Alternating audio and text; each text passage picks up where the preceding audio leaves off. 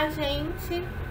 Bom, então o nosso assunto de hoje vai tratar a respeito da cinética imunológica, tá? Essa cinética imunológica, gente, ela está relacionada intimamente com a resposta primária e a resposta secundária produzida pelo sistema imunológico.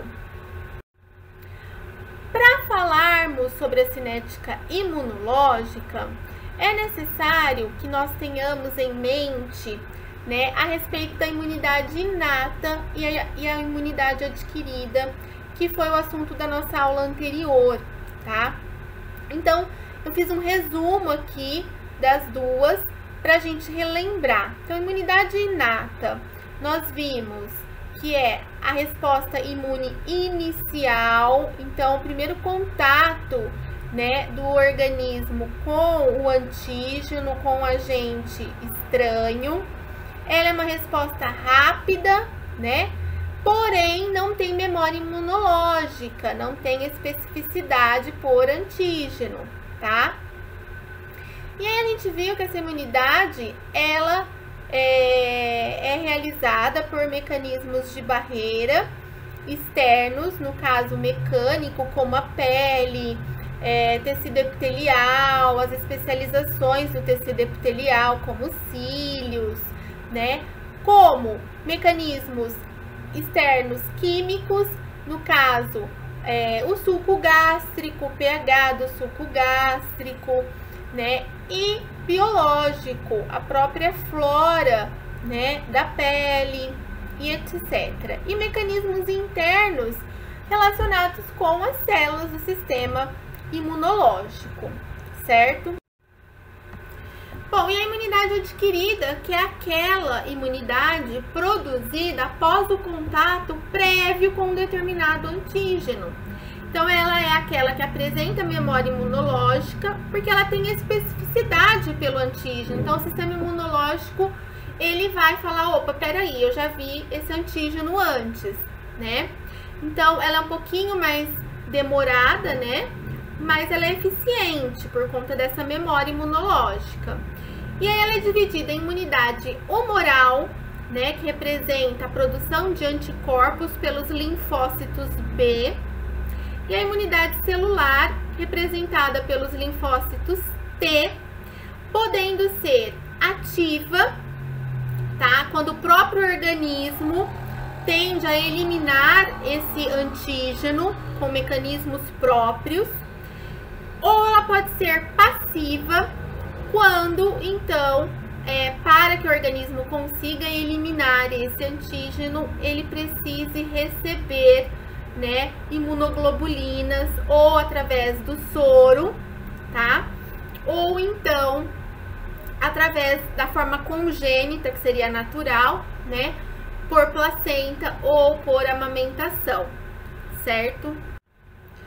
Bom, então se nós formos avaliar, né, a definição de resposta imune inata e resposta imune adquirida, dá pra gente imaginar que esses dois mecanismos, eles podem acontecer dentro do nosso organismo, do organismo dos animais, não de forma simultânea, mas em forma de uma sequência. O que eu estou querendo dizer com isso? Que o organismo, quando ele entra primeiramente em contato com um determinado antígeno, ele vai produzir a resposta imune inata, que é a resposta imune primária, tá? Quando este mesmo organismo entrar em contato com este determinado antígeno pela segunda vez, então eu tenho a imunidade adquirida ou a imunidade secundária. Então, gente, a resposta imune, ela é uma complexa sequência de eventos, né? Sendo desencadeada por um estímulo que é a entrada do antígeno no organismo. E qual é o grande finale dessa sequência de eventos? É a eliminação do agente pelo sistema imunológico, certo?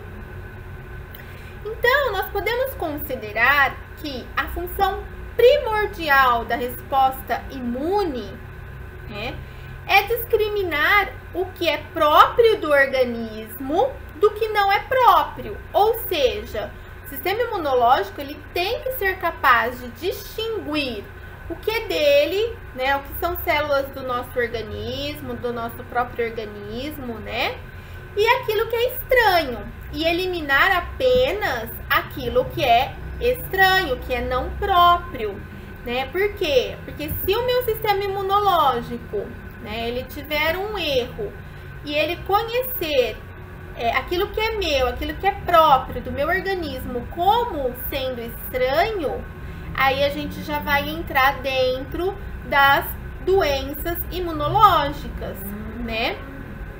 Então, essa é a função do sistema imunológico, reconhecer o antígeno e eliminá-lo, tá? Com precisão, reconhecendo apenas aquilo que não é legal.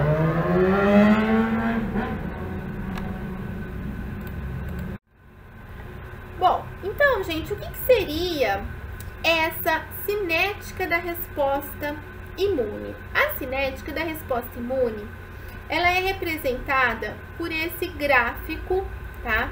Onde o eixo vertical dele, ele indica o número de anticorpos séricos. O que é isso? É o número de anticorpos presentes ali na circulação sanguínea, tá? E o eixo horizontal, ele indica o tempo, tá, que demora para produzir esses anticorpos, certo? Então, olha só, o primeiro contato do indivíduo com o antígeno ou o imunógeno, tá, é o que nós chamamos de evento primário ou resposta imune primária, certo? Essa resposta imune primária, gente, né, que é o que está circuladinho aí em vermelho, ela irá promover a produção, tá, de anticorpos de uma maneira fraca, né, então uma pouca quantidade de anticorpos em um período de tempo curto, tá, que representa o que nós vimos que é a resposta imune inata, certo? Quais as fases que envolvem, então, essa resposta primária? Então, a primeira fase, né, que nós estamos vendo ali é a fase lag, tá? O que é essa fase lag? Ela representa o tempo de contato do antígeno, tá, com a produção de anticorpos pelo sistema imunológico, certo? E ao mesmo tempo a ativação das células de defesa mais específicas, que são os linfócitos T e B. Esse período, tá, gente, então, de reconhecimento desse antígeno e produção, né, do início da produção de anticorpos contra esse antígeno, ele dura em torno de uma semana, tá? Então, vai envolver a fase lag, certo? Em seguida, então, entra-se na fase exponencial, tá? Essa fase, gente, ela é marcada por um aumento rápido, tá, do número de anticorpos na circulação sanguínea, tá? Só que aí o que vai acontecer? Esses anticorpos, eles não têm a tendência e a função de atuar, né, se unir a esse antígeno e neutralizar esse antígeno, eliminar esse antígeno. Então, à medida que esses anticorpos entram em contato com o antígeno, ele vai neutralizar esse antígeno e quase que toda a maioria, ele vai o que? Sofrer degradação, tá? E aí é onde a gente entra na fase estacionária. O que seria a fase estacionária? A produção de novos anticorpos, ela vai acontecer na mesma proporção que a degradação de anticorpos que já neutralizou antígenos. Então, ela entra nessa fase estacionária. E aí vai chegar um momento, gente, em que a nova produção de anticorpos não vai acontecer, tá? E só vai acontecer o quê? Degradação de anticorpos. Então, aí entra na fase de declínio, tá? E com isso, finaliza-se a resposta primária, certo? E aí, gente, o que acontece se esse mesmo indivíduo entrar em contato novamente com o mesmo antígeno? Então, vai acontecer o que nós chamamos de resposta imune secundária, tá? Ou adquirida. Como que ela é caracterizada nesse gráfico da cinética? Nós podemos perceber que a fase lag, tá, gente, ela é bem mais curta do que na resposta primária, tá? Onde os níveis de anticorpos na fase exponencial, eles vão aumentar de uma forma bem rápida e constante, por um tempo bem maior do que da resposta primária, tá? E isso, gente, é possível devido às células T e B que foram geradas na resposta primária. Elas que vão ser responsáveis por essa cinética mais rápida e mais duradoura que ocorre na resposta secundária. E aí, depois, então, dessa fase exponencial, entra na fase estacionária, onde ocorre aquele processo que eu expliquei para vocês, né? A neutralização dos anticorpos e, com isso, a fase de declínio, onde a degradação de anticorpos é maior do que a geração de novos anticorpos, certo?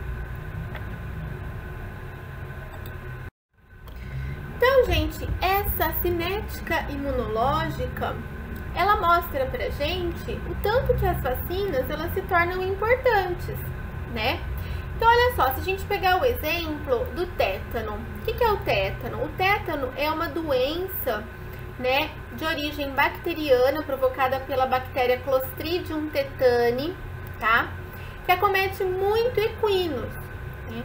E o que provoca a doença, o aparecimento de sinais clínicos nesses animais, na verdade, não é a bactéria em si, é a toxina produzida por ela, que é a toxina tetânica, que acaba aí acometendo, né, as células do sistema nervoso do animal, provocando uma paralisia. Então, olha só, se a gente obtiver o soro de um animal que foi vacinado contra o tétano, né, o que o soro desse animal vai ter? Anticorpos contra o tétano, contra a toxina, certo? E esse soro, com esses anticorpos, ele for injetado em um cavalo que não tomou a vacina contra o tétano, vocês concordam que esse animal se tornará temporariamente imune à toxina tetânica? Sim, né? E esse mecanismo, gente, ele é muito utilizado tanto na prevenção como no tratamento, né? Então, se algum animal se expõe a um ferimento, né? Se algum equino se expõe a um ferimento, geralmente ele recebe soro antitetânico, né? Então, seria o soro de um animal vacinado que já contém anticorpos contra a toxina, né? Então, previne que ocorra o aparecimento dos sintomas de tétano naquele animal, tá? E como que a gente aplica essa situação dentro da cinética? Então, olha só, após uma única injeção de toxina, ou seja, de vacina, né, num cavalo que nunca foi exposto à toxina tetânica, o que vai acontecer de primeiro momento? Nenhuma resposta vai ser detectada durante vários dias, em torno de uma semana, que aí entra na fase lag. Após uma semana, os anticorpos começam a ser produzidos e ser detectados lá no plasma do animal, tá? E aí ele vai começar, os níveis vai começar a subir, se elevar, e aí a gente já entra, então, na fase exponencial. E isso, gente, representando a resposta primária, né, que é o primeiro contato que o animal está tendo com a toxina, certo? E aí depois vai entrar na fase estacionária e por fim na fase de declínio. Se após algum tempo, tá, este animal tiver uma segunda exposição à toxina, o que vai acontecer? Ele vai ter uma resposta secundária. Então, a fase lag, como a gente viu, ela vai ser muito mais curta e rápida, porque ele já tem ali anticorpos produzidos previamente contra essa toxina. Então, essa fase lag, ao invés de durar uma semana, ela vai durar um dia ou no máximo 2. A fase exponencial, a gente viu que ela vai ser também bem mais elevada e constante, né? Os níveis de anticorpos vai ser muito maior. E aí, então, a gente tem a produção da resposta secundária, tá? Por isso que a vacinação é tão importante, tá, gente? O animal vacinado, ele já entra dentro de uma resposta imune secundária, que é mais rápida, que é mais ativa, que é mais eficiente, tá? Então, esse foi o exemplo, tá, pessoal? E essa seria, então, a discussão do trabalhinho que eu passei para vocês em relação à cinética imunológica. Muito obrigada!